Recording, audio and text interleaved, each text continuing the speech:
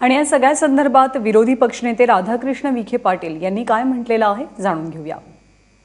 राज्याचे पशुसंवर्धन मंत्री महादेव जानकर यांची एक धक्कादायक व्हिडिओ क्लिप समोर आलेली आहे। निवडणूक अधिकाऱ्यांना धमकावत आहेत। आपल्यासोबत यावर प्रतिक्रिया देण्यासाठी स्वतः विरोधी पक्ष नेते आहेत राधाकृष्ण विखे पाटील। त्यांना विचारणार सर, ज्या पद्धतीने या व्हिडिओ क्लिपमध्ये धमकावलं जातंय, हा मुद्दा तुम्ही सभागृहात घेणार आहे का, काय मागणी करणार?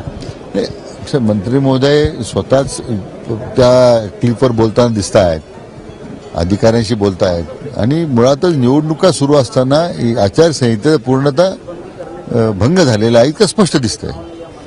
माननीय निवडणूक आयोगानं ताबडतोब याची दखल घेत या संदर्भात कारवाई केली पाहिजे, परंतु सत्तेचा दुरुपयोग ज्या पद्धतीने होतोय त्याचा आता उद्या सभागृहामध्ये हा मुद्दा उपस्थित करताना मंत्र्यावर कारवाईची मागणी आम्ही सगळे मिळून करणार आहोत।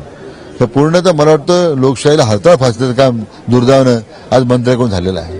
आतापर्यंत आरोप करत होतात की ठिकठिकाणी सत्तेचा गैरवापर केला गेलेला आहे, धडधडीत सत्यच या निमित्ताने समोर आलेला आहे। आणखीन आक्रमक होणं गरजेचं आहे विरोधकांना? नाही, शेवटी याच्यामध्ये आता असं आहे, आम्ही तर सरकारला लेखी पुरावे दिले, आता तर क्लिपच दिसते, क्लिअर कट मंत्री बोलतायत, याच्यापेक्षा वेगळा कोणता पुरावा पाहिजे मुख्यमंत्र्यांना? मला असं वाटतं विनाविलंब त्यांच्यावर कारवाई करण्याची गरज आहे। काय सभागृहात कशी भूमिका राहील?